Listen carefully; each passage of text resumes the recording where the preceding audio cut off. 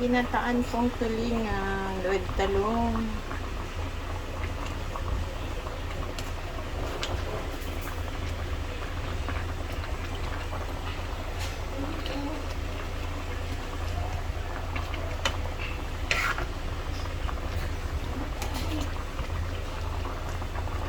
Guys, ulam po namin sa walang halian.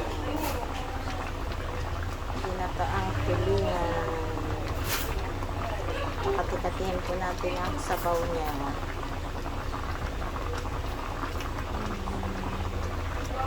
Ito pa po ang kanyang mustasa.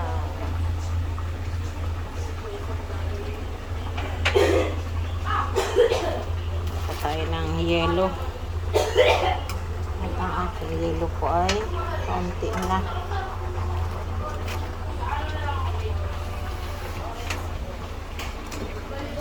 Tanggalin po ito at ito po ay matigas na. Tapos ililipat po natin dito sa freezer.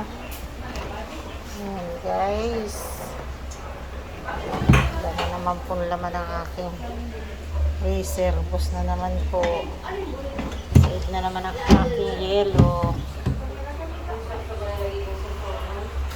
Bigas na ito ay pwede na ito ibaba para malagyan ulit.